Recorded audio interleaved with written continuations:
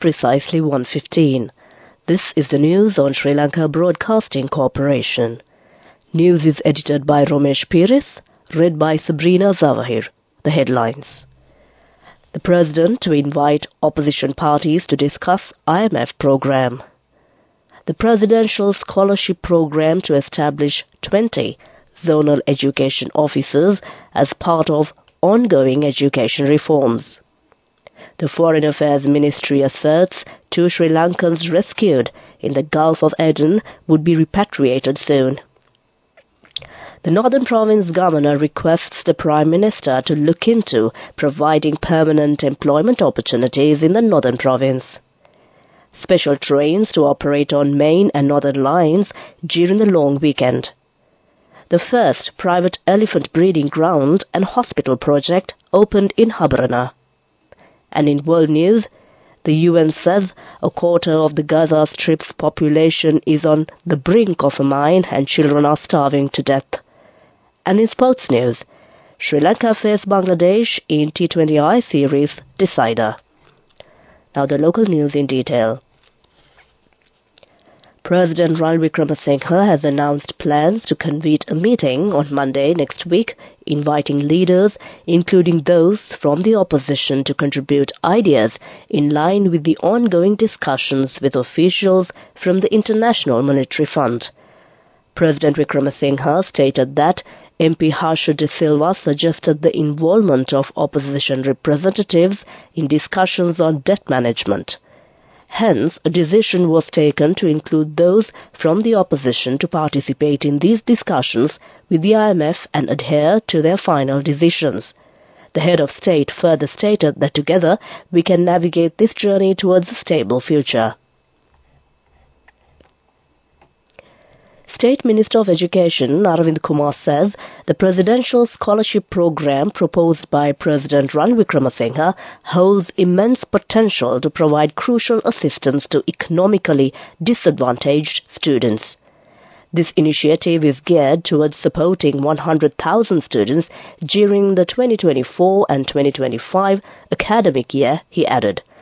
The State Minister expressed confidence that this program would play a pivotal role in facilitating the successful completion of education for these students. Moreover, State Minister Kumar emphasized plans to establish 20 zonal education officers as part of ongoing education reforms. These officers are envisioned to play a pivotal role in implementing future educational initiatives and ensuring the efficient administration of educational policies. The Foreign Affairs Ministry has asserted that the 2 Sri Lankans who were rescued from the merchant ship True Confidence, which was attacked by a missile launched by Yemen's Houthis rebels in the Gulf of Aden, would be repatriated to the island soon.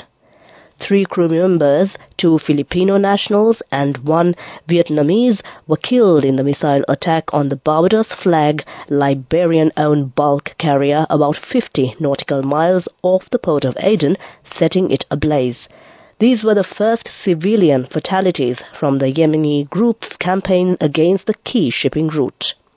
Reports confirm that one of the rescued Sri Lankans had sustained injuries in the attack.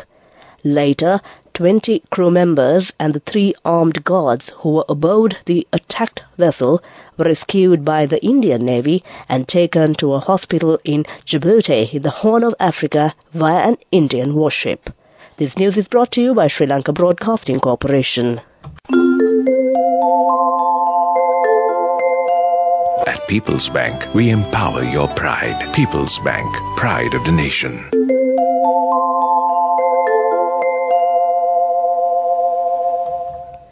Continuing local news, the Railways Department has assigned a special train services on the main line and the northern line to facilitate the movements of commuters during the upcoming long weekend.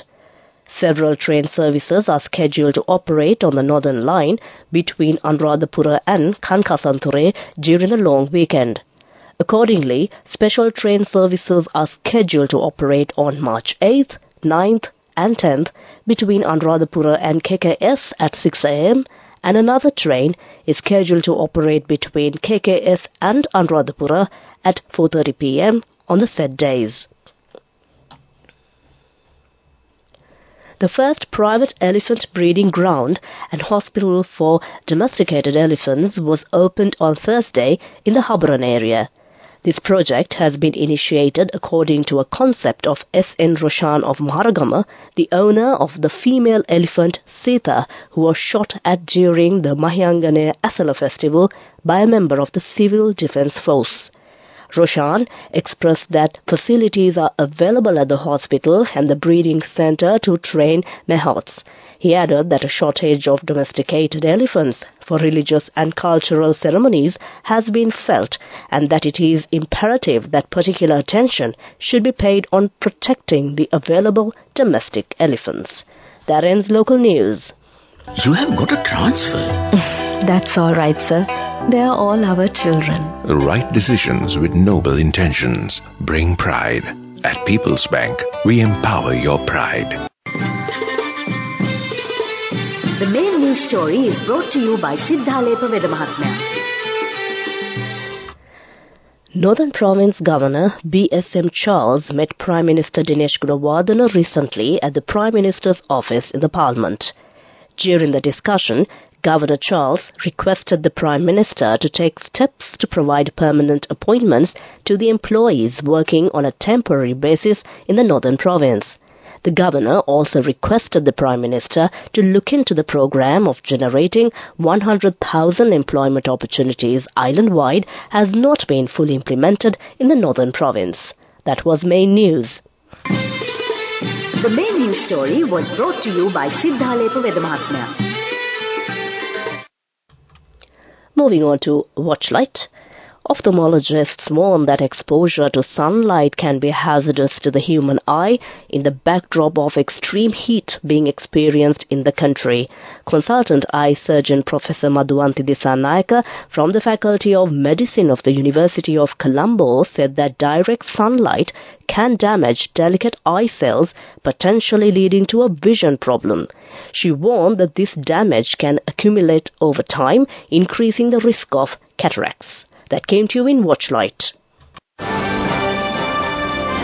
Coming up, World News.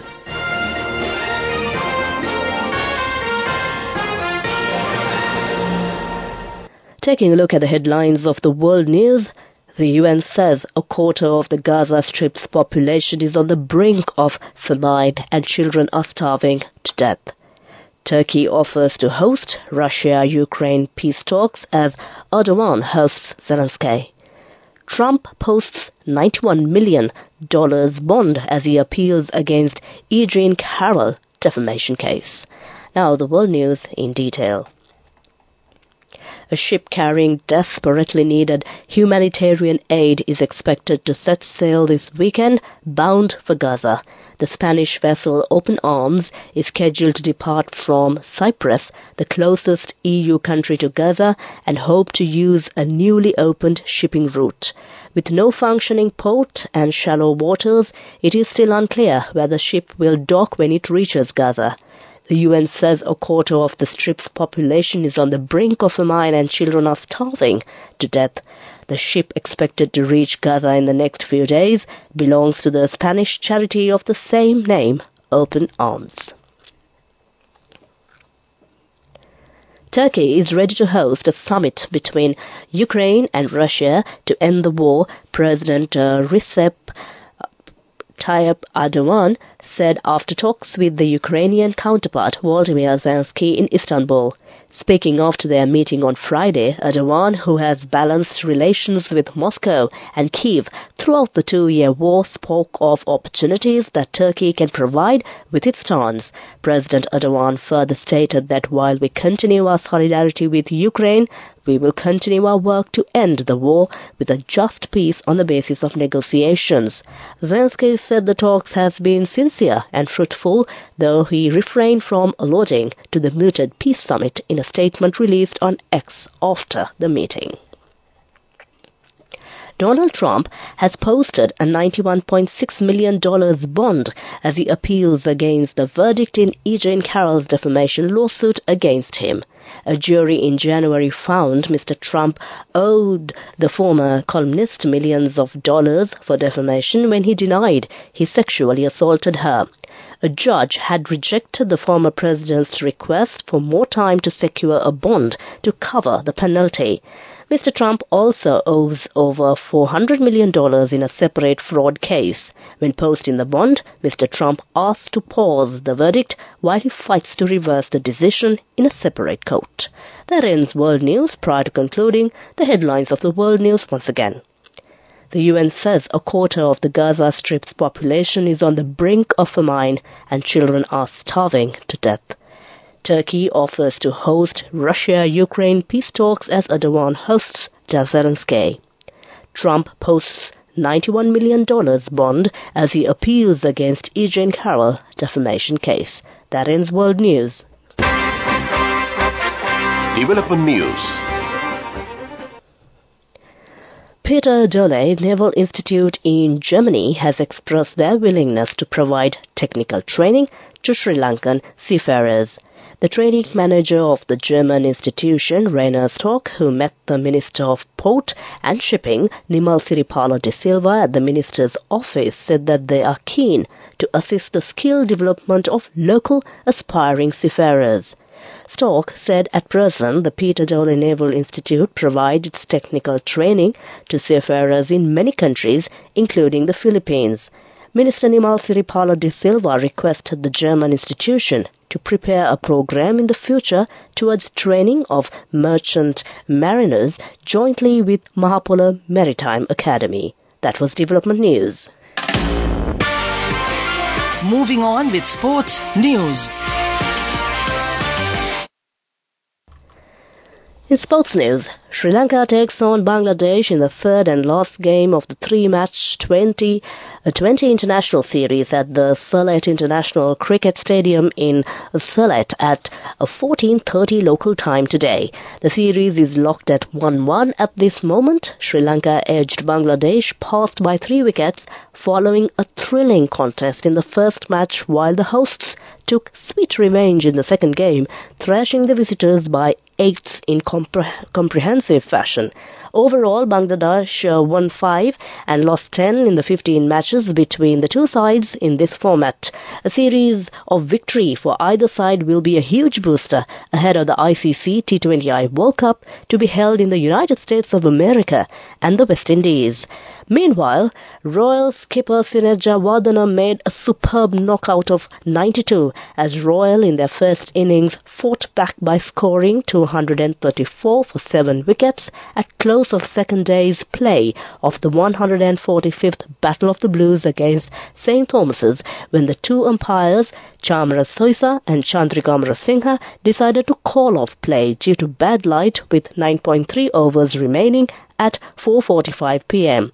St. Thomas's scored 297 all out on the first day, still 63 runs ahead of Royalists, who have 3 wickets in hand, will strive to collect more runs today. Short while ago, Thomias resumed their second innings and were 37 runs for the loss of 1 wicket after 14 overs. That was Sports News.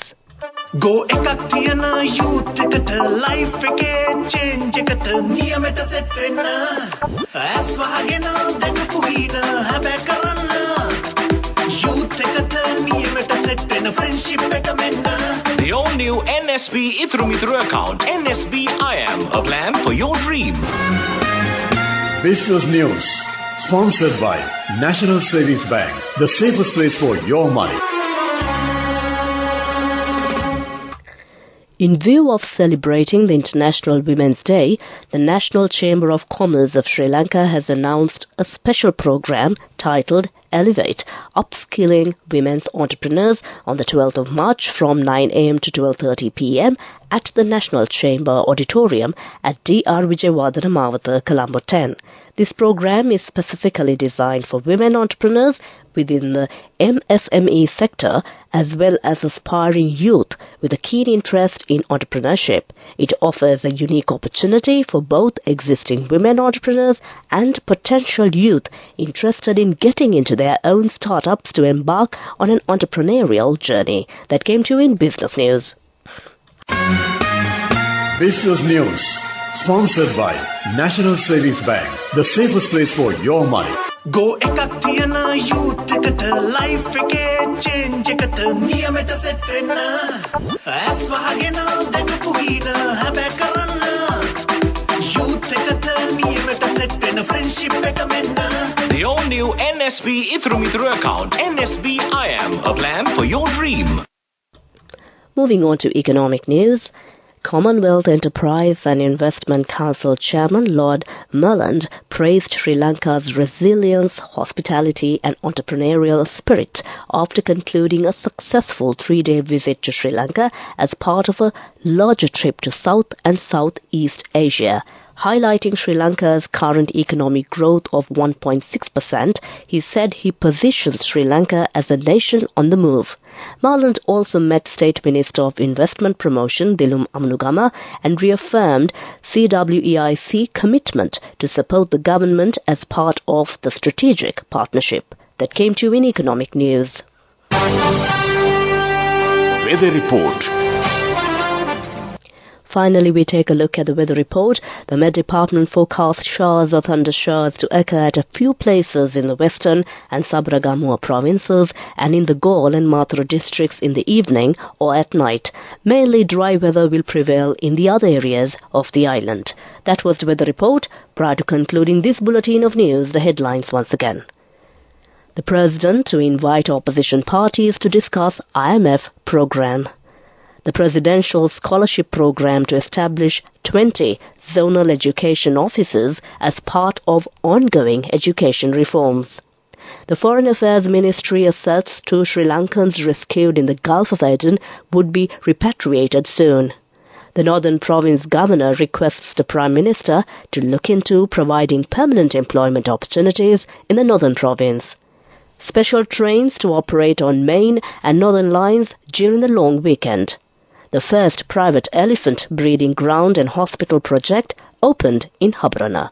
With that, we conclude the news and over to my friend and certainly yours who's all geared up to keep you entertained with a wonderful collection of music indeed. Over to you, Dilshan.